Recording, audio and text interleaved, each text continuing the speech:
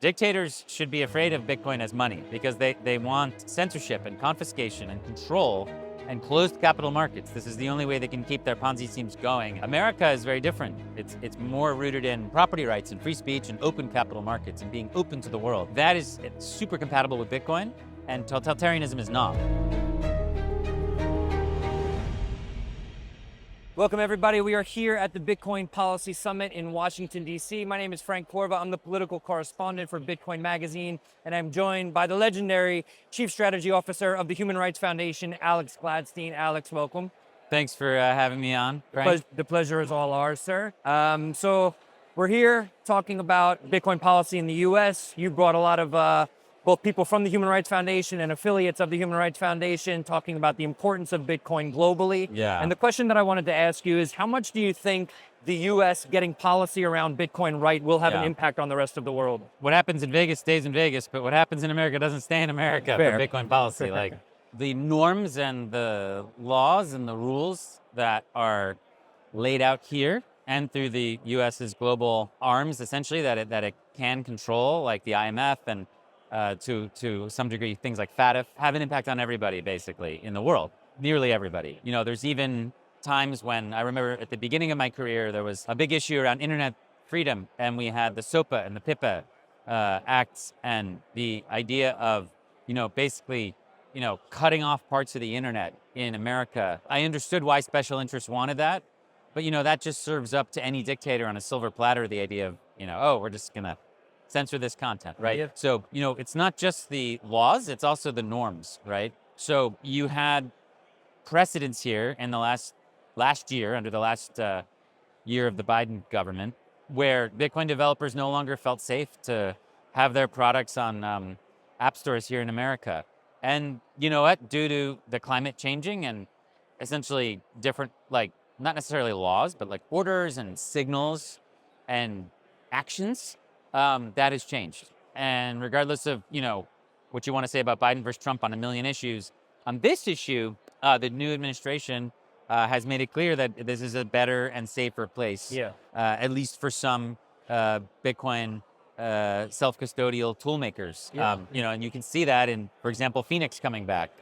And Wallet of Satoshi announcing that it's going to do a self-custodial wallet here is kind of an amazing thing, and we can't wait to get our hands on it. And also Block moving forward with its more than 4 million Square Reader devices later this coming year being able to accept Lightning and Bitcoin as payment is it's pretty amazing. So I think you're seeing a lot of good motion in this direction, and then that trickles down to the rest of the world. Now, it's not all perfect. We have, the cases of Roman Sterlingov and Roman Storm, and obviously the Samurai developers. So we have three kind of big emblematic cases where we'll see, we're watching, and we don't want the United States government to make a bad precedent, and we don't want them to convict people for essentially peer-to-peer collaborative activity. We don't want them to be prosecuting people for what amounts to essentially free speech and freedom of transactions. I mean, these are basic American freedoms. And the thing that I put up on stage today, I really believe dictators should be afraid of Bitcoin as money,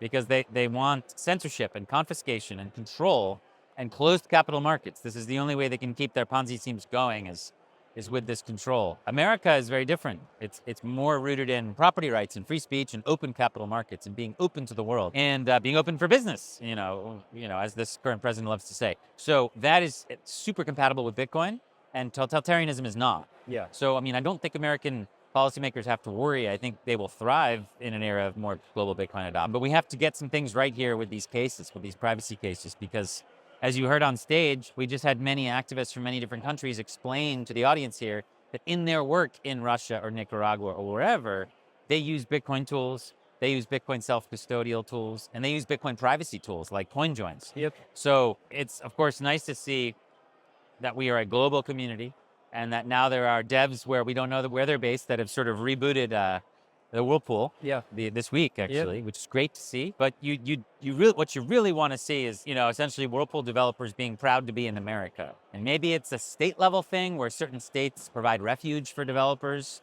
against the federal government. That's been an idea that's discussed. Yeah. Or maybe it's just the government can sort its agenda out here over the next 8 to 12 months where we're going to have conclusions of these three very important cases, essentially, or at least two of them, Yep. and set us in the right direction. I mean, look, if they're gonna, my plea would be the following: if they're gonna essentially establish precedent, most likely through the SEC, to essentially allow wheeling and dealing with creating securities or whatever, fine. Like, you want to go wild with Fartcoin, go ahead. Yeah, enjoy your whatever. life, right? Fine.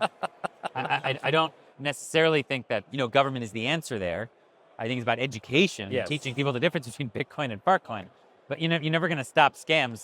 But what you can do is you can educate people. Yep. So, I understand that that's their priority, is like market specificity around those things and market clarity Structure, and all market that. structure Yeah. around those things. But I hope that if they're willing to go there, which is going pretty far, I would say, versus last administration, Yep. then they should be able to go in and protect private property and free speech and privacy by not prosecuting these open source developers. Yep. Because again, I don't want to live in a country where if I'm a blacksmith and I sell a knife to you and you go stab that person over there, where I get arrested. That's ridiculous. And that's what's happening here. You have tool builders who are doing nothing but peaceful commerce and peaceful development with each other, getting blamed for somebody else's action. It's like going after the blacksmith, and we shouldn't be a nation that goes after the blacksmith. Yeah. Ideally, what we heard from the Deputy Attorney General, Todd Blanche, in the Blanche memo, which came out in April, he said we're no longer going to be going after people who create tools like crypto mixers and stuff.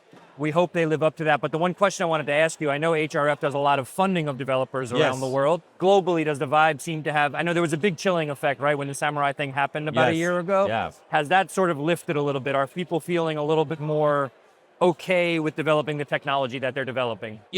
Because of our global scope, we didn't feel that much of a drag beyond what we normally do, meaning, we do sponsor some people in some countries, where they have to remain fairly underground, very, very quiet. Like we just heard about Roya. What Roy is doing, which we are helping with, is she's educating people against the wishes of the Taliban, which I think is an amazing thing.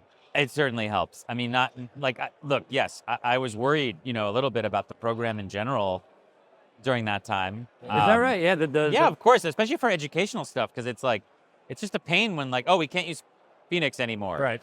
In our America-based webinar because they left. This is a huge pain, right? It was at the time, now there's many, many other awesome, I think, self-custodial Lightning wallets like Zeus and many others, but at the time it was kind of like the best one. It was kind of a bummer, right? We had used it so extensively. So now that there's way less of a threat there, like no sort of Damocles, basically. Yep. And you're going to have Satoshi coming in, and you're starting to see a lot of other wallets come in and boldly add features, which are really important for activists like eCash, potentially like Spark. I mean, I think what David Marcus and team are doing is great because they're pushing Spark, which is interesting. I mean, it's Agreed. You can make a case that it will be used as a freedom technology. No question. It's not, I would say, the same thing as maybe something like eCash or Arc or Lightning. They're all different architectures. They all do different things. But as far as like a payment pool or a payment structure to be able to transact in Bitcoin in a particular way that might be more private and cheaper and faster, I mean, it's very encouraging to see them push, because even if you end up using Spark, that precedent of a very well-connected, very prominent company pushing this open source technology is really good. Yep. Because that provides, I would say, clarity and precedent and, I would say, shelter, but at least like a carve out for other people doing a similar thing. Yeah. If one of the biggest companies working on Lightning in the United States is doing that, you would think that it's sort of setting a certain standard. Yeah. Your thoughts on, I think, something that I would imagine you're excited about. We have talks about the minimus exemptions for spending Bitcoin in the United States, potentially up to $600, I believe, maybe $800. Yeah. Your thoughts on this? Will this accelerate Bitcoin adoption in the U.S.? I mean, it should, Yeah. in theory, although I guess my observations about the Bitcoin economy, as I've seen it, I guess, peer-to-peer economy going back the last decade in the United States, is that like most people don't really worry about that. Okay. Most of the Bitcoiners I know don't really worry about that. Like, people go to conferences and they buy t-shirts with Bitcoin and they're definitely not paying cap gains. So, I think that I'm not sure if the result would be muted. Okay. I think for a lot of kind of more traditional entities and applications, it would open the door big time. Okay. Right? Because like all of a sudden, if you no longer tracking that stuff, that helps. And it's huge for reducing the size of the surveillance state and on helping us make Bitcoin money. Yeah. Yep. Like, for example, if you have Square accepting Bitcoin for like I can go down and buy a coffee, but we don't have that exemption, it becomes a little messy. So Yep. I think the combo of merchants adding Bitcoin and Lightning options, like Steak and Shake, like I wonder what's going on there. You've mentioned this on Twitter. I You mean, said like, they've got, it's not like the average person buying their Steak and Shake with Lightning is thinking about cap gains. So it's almost like a law will follow the norm in a way. You've like, mentioned that. I just don't see it. I just don't see like the police raiding Steak and Shake locations to get the details on like a $8 Lightning transaction. Yeah. They kind of have bigger fish to fry. So that's why I think the exemption would save a lot of time, bureaucracy. It would be Doging in a good way. A huge thing. If they want to Doge, great. Doge this. Yeah. It would be a really great central platform of Doge Yeah. to get rid of this thing. Yeah. And maybe that is a social norm that changes over time. But start with $500, $1,000, whatever it is, and work your way backwards. I mean, really, we have precedent with gift cards, right? So Yeah. I think gift cards go up to, you can get them up to $500,000. So I really do feel like we should be able to have Bitcoin and Lightning, at least at the same level as gift cards. And that would be like a reasonable request, I would say.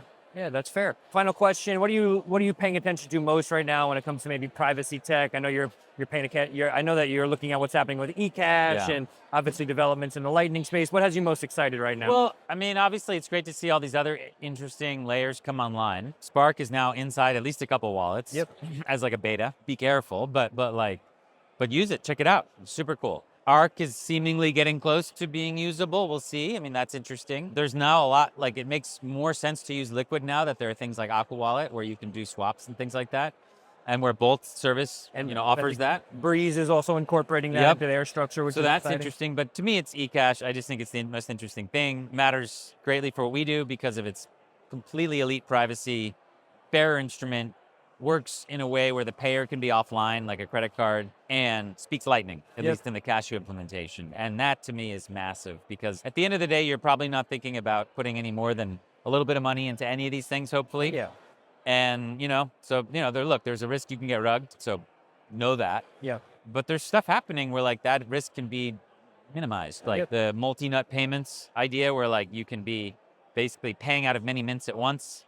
So you can have essentially, let's say you have $50 in eCash, but it's spread across like a bunch of different mints. Yep. Kind of interesting.